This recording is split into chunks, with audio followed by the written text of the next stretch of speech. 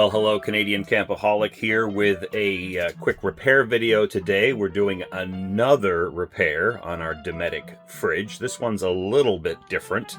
Last season when we were camping, the plastic door hinge on the freezer compartment of our Dometic fridge broke. I decided at the time to order a replacement part. I think I got it on eBay from some guy in the States. That was a bit of a mistake. I'll get into that later. But in the meantime, I got super glue from the dollar store and I glued the hinge back together. And then on our most recent trip, we went to put some frozen treats in the freezer. And yeah, the hinge gave way again. And I didn't have the replacement with me. In fact, I'd lost the replacement and had to order more, this time on Amazon, and they were a lot cheaper. So let's turn the camera around. I'll show you exactly what it is that we're fixing. All right, so here's our Dometic fridge, and it's a little dirty inside. I got to wipe it out today. There's the freezer. You'll notice the door is missing, and the spring housings and the cams are still there. That's not what broke. What broke, here's the door. There's the hinge plate right here. It's plastic. And you can see it connects in with the little cams there. This one, on this side, it snapped. And you can see the residue from the cheap dollar store super glue that I used last fall. So silly of me, but obviously that's not a very good repair.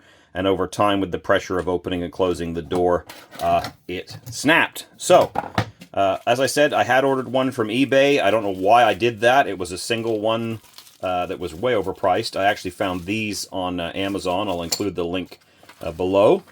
But it comes with a couple of hinge plates as well as the mounting screws. So this is what the hinge plate should look like when it's not broken. Now these are not from Dometic. I'm sure somebody in a far-flung country 3D printed these, but they should really do the trick. They're attached just by a couple of screws. So that's the first thing that we're going to do, is we're just going to take the two screws. You'll need a small Phillips head screwdriver to do this part. Just a simple case of using the two screws to attach that to the door. And then we'll go down to the actual fridge and the freezer compartment with the cams and the spring housings. And I'll show you exactly how to install this. It's not difficult to do, but if you don't know how to do it, it can be incredibly frustrating. So here we go. So there's the original one from the manufacturer. Here's the replacement from Amazon. Just a couple of screws there. You don't want to make it too tight. You don't want to strip anything. This is all just plastic, but definitely make sure that they are snug.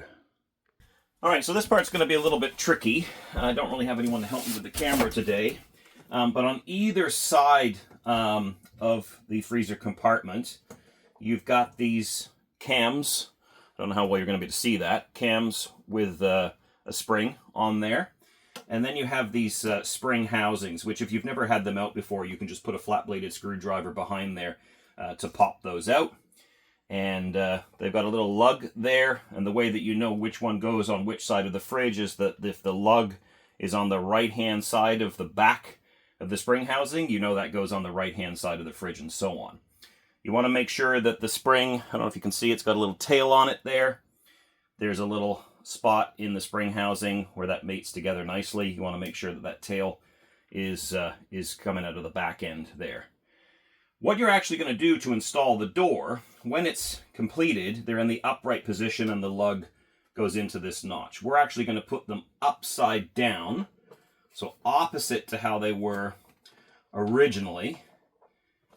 And I'm going to do the same on the other side. I know you can't really see the other side right now.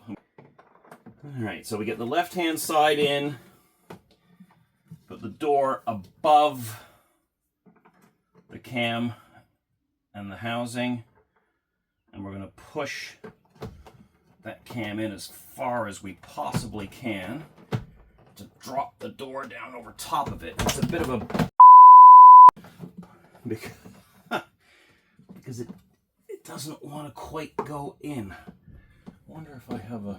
I thought I brought a smaller flat-bladed screwdriver that might be a little easier to work with.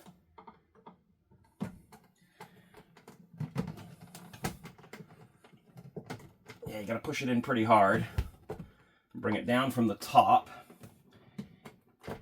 There we go. That's what you want to hear. You want to hear that click. So it's better to do this in a seated position get the door in on the one side and bring it down from the top. Now at this stage, what you want to do is you just want to open and close the door a little bit to make sure that the hinge plate has mated properly with the cams, and it looks like it has. There's no clicking there. Now, you can't just have the door like that, otherwise it won't seal. And any of you that use these Dometic range of fridges with the freezers know that this door snaps up really tight. The way it does it is we now are going to rotate the spring housings in a clockwise motion. I'm starting on the left, and again, I apologize if you can't see this on the camera. And I'm going to get my slightly wider flat-bladed screwdriver this time to try and push. There we go. There's the left side snapped in. And then the right-hand side, same thing. Use your thumb. Get it up there as far as you can. That's what she said. And then it will fight you a bit because you're going against the pressure of the spring and the spring. I don't remember this being quite this stiff last time. There we go. Holy mother of monkeys. Okay, so now we'll test it. Oh yeah, look at that. That's exactly what you want. So that when you open that door, although I know it's secure, I'm terrified to open it. It's going to snap. You want that to go and close up. Awesome. So that's it. Repair is complete. Just got to give this thing a clean out because it is disgusting inside. So yep, that wraps up this video. Short and sweet compared to the videos I usually put together. The part that I ordered, or the package I ordered on Amazon, does come with an extra hinge plate, which is nice, and then 2 extra screws. I don't know why I didn't look on Amazon last time, although if memory serves me, I tried to look on Amazon and there wasn't anything available, and it might have just been the terminology that I was using, and that's how I ended up on eBay. Anyway, it doesn't matter.